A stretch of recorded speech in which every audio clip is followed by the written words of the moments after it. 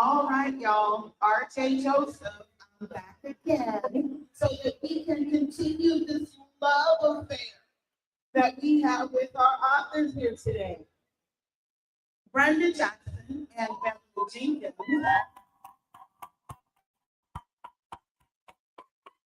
affectionately referred to as the two Beaches, are best-selling romance authors who have released over 200 titles between them over the past decades. It has been 15 years, y'all, since they have been together here, and their loyal fans have traveled from everywhere to see them. So please help me welcome these fabulous goddesses of romance, Brenda Jackson and Beverly Jenkins.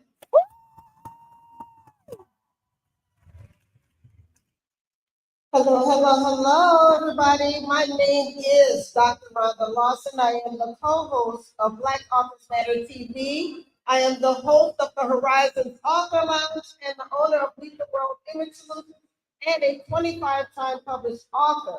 However, I have nothing on the two ladies sitting next to me right now.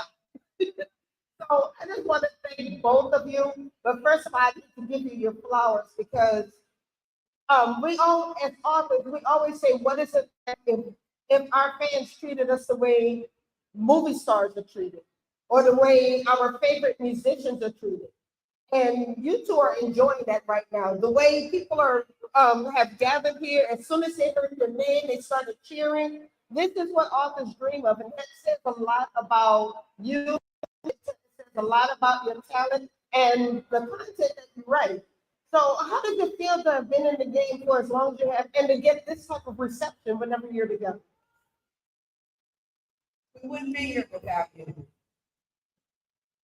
And it's one of the things that I tell inspiring writers. Your readers are your goal. You pay a mortgage, you pay a car note, you put my kids in college. Oh. So we love you very, very much. Hello, everyone. I totally agree with my sister here.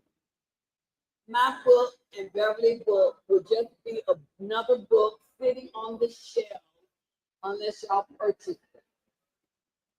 From the first, and when we started out, there was no email. So we corresponded and y'all came through. We corresponded and y'all came through. And some of y'all are still following us from book one. And we appreciate you always. First of all, thank you for giving your fans their flowers. Not enough fans get to hear that from their favorite authors. So thank you for taking the time to do that. Now, I have to start off by saying I have read both of your books, and y'all look like two nice ladies and making the type of love scenes y'all be making. So I need to know what's going on here. Life is good.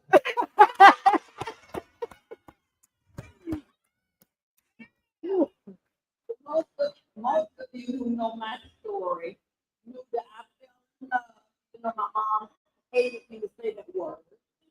At 14, I still wear my going steady ring that I got at 15. Oh. And before Mr. Jackson died, when he would come to the all of the places that I would go, all of the book conferences, he wore a shirt that says, "I'm Brenda Jackson Research." Yeah, we're both widows, so we know what we're talking about. Oh, I am not ready for this interview. I'm just going to do that now. So I love the fact that you not only have been writing, but you are actively writing. I'm actually in the Masters of the Game right now, and Calling All Blessings is on my TBR. So I love the fact that you continue to write? Where are you finding your ideas?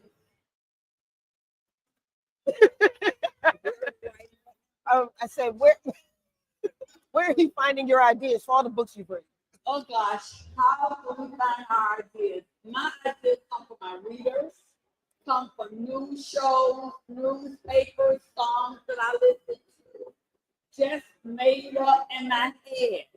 So be careful what you tell me, because it may become a book. She's right.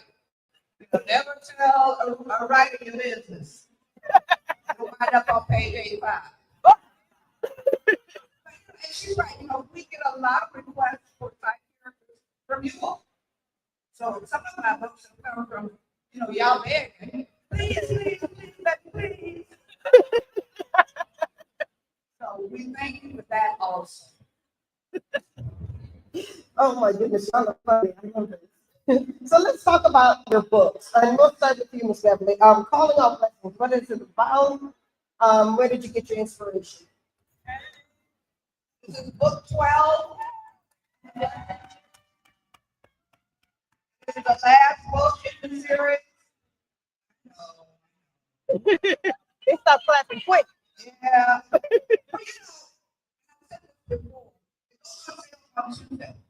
So we have to get special permission to tell it every day early.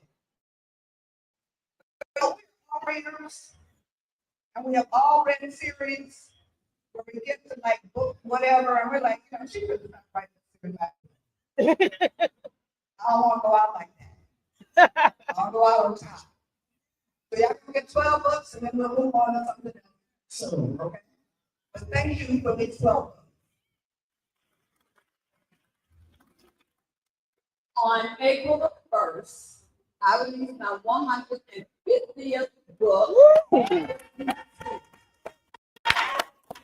April 1st.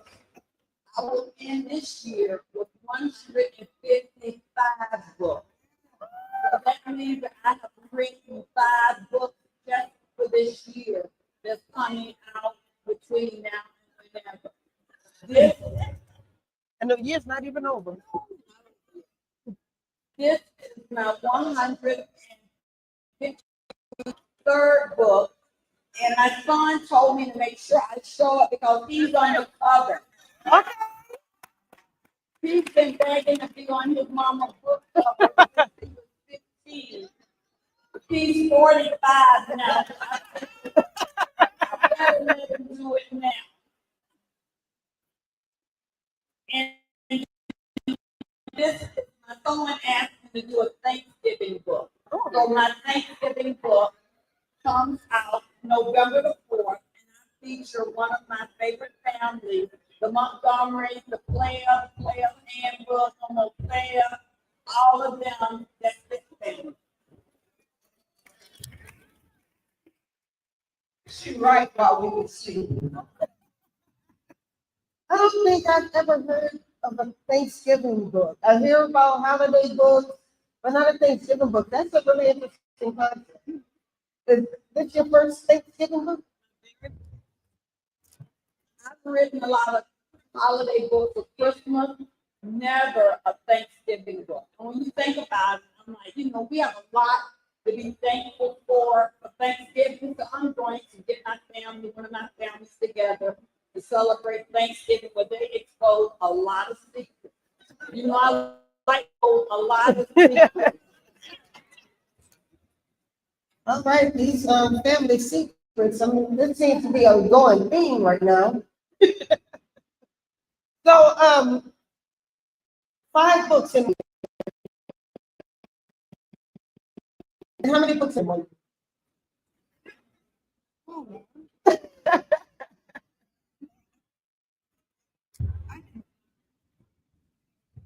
got 60 books. She's a whole lot more prolific than me.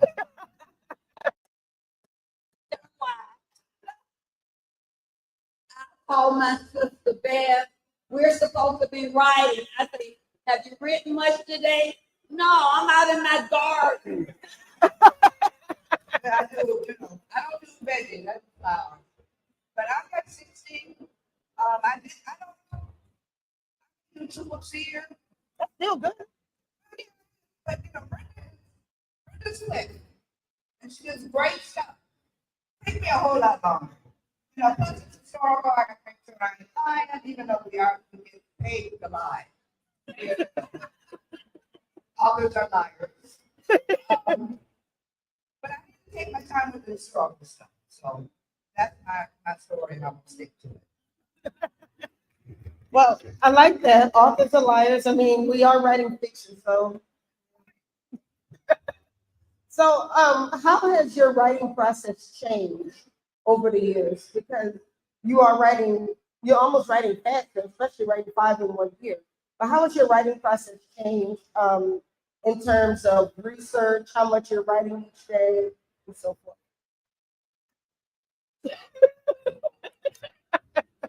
With me, I started out with 1 computer. Now I sit at my desk with 3 computers. 1 book on each computer? Not 1 book. I only write 1 book at a time. Okay. 1 computer for research. I'm what you call a pantser author. I do not plot anything before I write. I write and I plot as I write. So 1 is for research. And because I write series, and I got to get it right because y'all will call me out on it. Say, wait a minute, in your book number, whatever, this lady had a girl. How did he become a boy? So I have to make sure I research my family to know all about my family. So I have 1 computer that goes back and tells me what I said previously about that family, because y'all will call me out on it. So that's how my writing has changed. I basically write with more than 1 computer now. I write with 1, 2, that I do research, and then research just on that family. Because the West Orleans, I'm up to 40-some books. But y'all expect me to know everything about the family. Lord. Mine's have changed in the sense that I'm still late. Turn this stuff in. I'm too busy playing on social media. Hello out there. At least you're honest. Well, I'm honest. But I can sometimes hear my editor in the background going, girl, get off of Blue Sky, or back when Twitter was real. But I've also changed who I write stories for. Because I think one of the great things about romance is that we write stories for no matter how you identify. Because love is love. Yeah. So we have LGBTQ stories. We have stories for how you identify. And I put some of those characters into my book. Whereas in 1994, you better not. Right. So that's one of the things that has changed is who I'm writing stories for. And I think that's a good thing.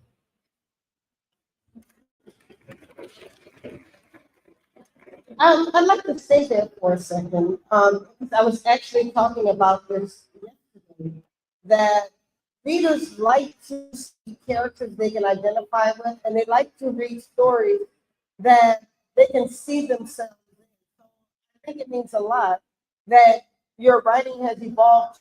You're making sure that you're writing for all of your readers. You don't just have one type of reader, so why I have one type of character or one type of story. And for romance, I think one of the things that I wanted to concentrate on, some people didn't want to have babies. Big one. Big You one. know, there are women who don't want kids. But there was a no-no. I mean, there's people out there that got kids that don't want kids. Right? So it was interesting, the book club discussion around that book. People said, well, 10 years later, did she have those babies that she didn't want? No. She didn't want no kids. So that's one of the demographics that I wanted to really see. You're welcome. Whenever I write romance, and I truly believe in romance, all the romance I write, and someone told me there's no more romance. I said, well, as long as Brenda Jackson, Beverly Jenkins, and all other romance authors write about romance, there will always be romance because we believe in romance. Wholeheartedly believe in romance. We believe in happy endings. Someone say, "Oh, your book, out of your book," because everybody end up getting married or they're happy. I'm like, well, shouldn't that be it be that way? That's the only way I know to write because that's what I experience. So love is still alive as long as Beverly Jenkins and Brenda Jackson put their name on a book. Amen. Love that. Love that. Uh-oh, you taking my microphone from me. Oh, I like those shoes. They don't match. Okay, so because you two are writing pretty quick, I know you only write two, but that's not the only. Some people can't get the one book out in a year. So, are you already working on something else? I know you already have a book. Wait, now see, I didn't get the question out. But yeah, you have a book that you just released, and you're already working on the next. Work is gonna pay. Come on. As my girlfriend Regina said, yeah, we always have stories in our head that we want to write. You know, when my last breath is taken, I'll be beating on the urn or the cabinet or whatever, going, wait, whoa, I got to know. You know, it's a never ending story. I agree with that. I have so many ideas, even after 100 and this year, 155 books, because I love my family. And within the Westmoreland, the Madison, Montgomery, the Steel, they're always up to something. And then you have the next generation. People want to know what happened with their kids. So I will continue to write about my family because I love them. And I introduced 2 new series in 2026. So be on the lookout for my 2 new series. You heard it here first. So before I open the floor up for questions, I know that a lot of people want to ask questions. I'd like to talk about you pouring into the next generation of writers. Do you often do workshops or talks? What's that big piece of advice that you like to tell newer writers? Finish the book. We spend a whole lot of time talking about the book. Finish the book. We know Yep. we know what I'm talking about. Also, don't let somebody else's success make you feel less. Yeah.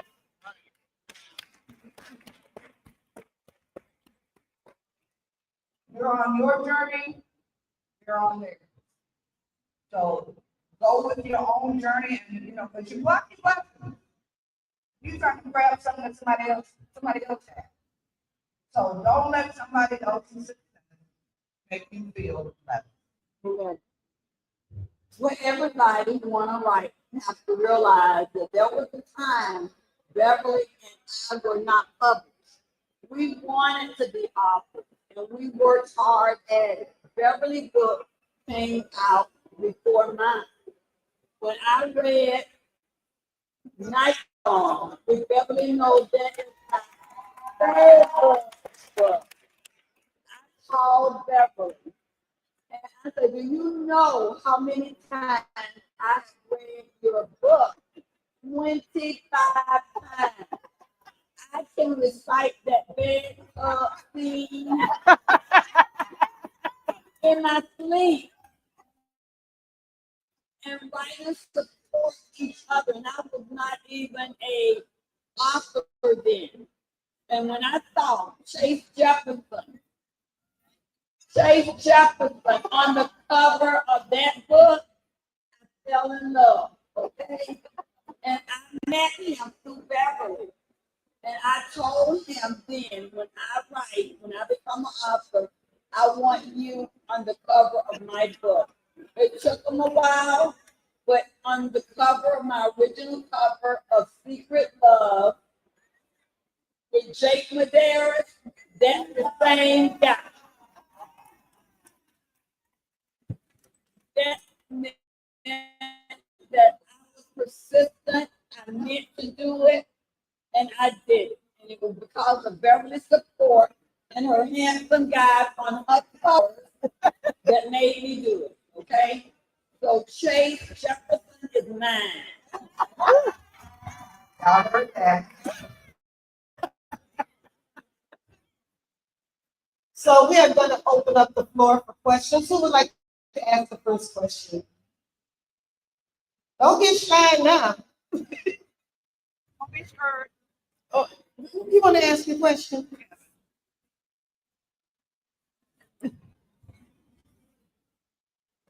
Beverly, would you ever consider writing a paranormal historical drama? Ooh. Paranormal historical romance. Now, maybe not paranormal. I want to do dragons. Okay. I want to do Wakanda with dragons. So I'm trying to sell that. So hopefully, Kevin, we can, before I get to be too old, we can get a book with Wakanda with dragons. I read more fantasy than I read romance. All these young black women who are writing fantasy now gonna put me in the poorhouse from buying their books. Because they're such great writers. Penelope being one of them. If you are a fantasy writer who have not read Penelope, get yourself online and look into the books. Come on. You have something that you want to write that you haven't written yet? This year in May, I decided to do something different.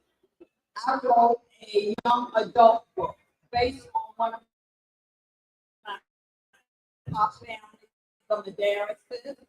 My sons were very, thank you. My sons were very into Nancy Drew. They were growing up in the Hardy Boys. So I decided to introduce a black Nancy Drew. I used a popular couple, Alex Maxwell and Christy Medeiros, who were both, Alex was a private detective, Christy was a journalist. And I said, if they ever have a child, this child's gonna be like a chip up the old block, and that's what she is. So if you have, could you hold that book up again? That's my first young adult book. And just so the kids wouldn't get confused, because y'all know what I write. Y'all know I write hot stuff. And it's not for children. So I'm writing that book under Lauren Medeiros. So it's called The Missing Lion Cub by Lauren Medeiros. So I'm venturing into YA. I will from 10 years old and up. Even though I know a lot of you adults sitting out there read the book, but it's for kids, and I'm bringing the next generation of my Medeiros family. I'm growing them up to 15 to teenagers. So The Missing Lion Cub is what I'm venturing into now, young adult book. Yes, ma'am.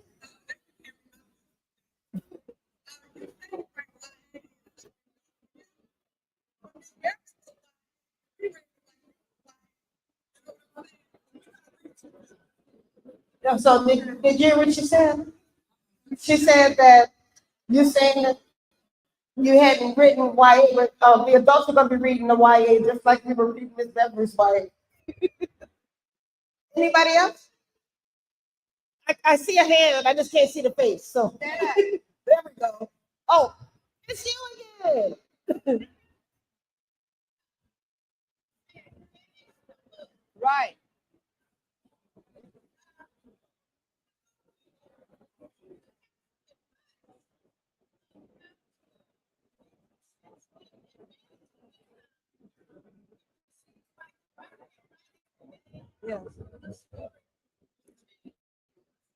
She's basically asking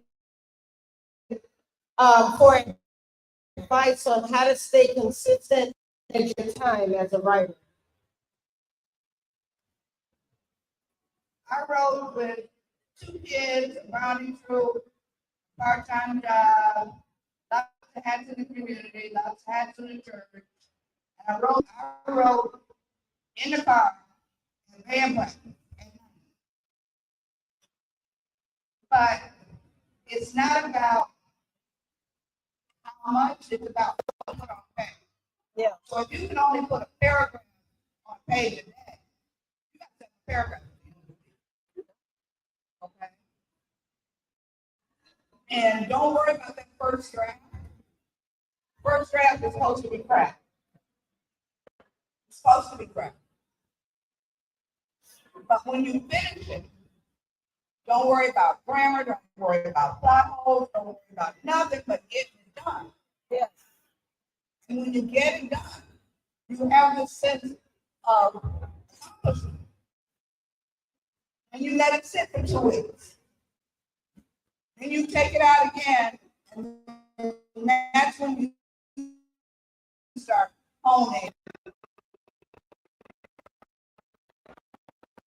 and prettying it up and to know the grammar and doing your characterization. So write that first draft, no matter what it looks like, and then go from there. Anything you'd like to add to that? I'm like Bev. When I first started writing, I was in corporate America. And my kids will attest that I got 3 o'clock every morning before I had to be to work at 8 o'clock, and I wrote. And Beth is right, if you only write 1 paragraph or 2 paragraphs, by the end of the week, you got more than you would have had if you hadn't done anything. So I wrote, and I had a full-time job in management at State Farm Insurance. But I enjoy writing, and if you were doing what you enjoy. And I enjoyed writing more than I enjoyed getting ready to go to work. But I had bills to pay, like Bev said. Yes, ma'am. Come on.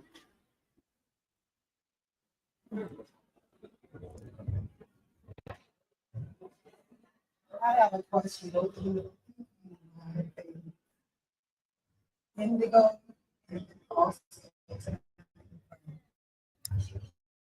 But my question is about the character. My question is about the character. Cheryl, Levette, and Jeanette. All of the Levette brothers have a story, and I was thinking about Jeanette and Cheryl. I really like it. Y'all different. Cheryl is dead. You need a prequel now. Yeah, before you die, he had a relationship with Dr. But he was very young. But then check this out. Some of the readers said, well, maybe it's not young.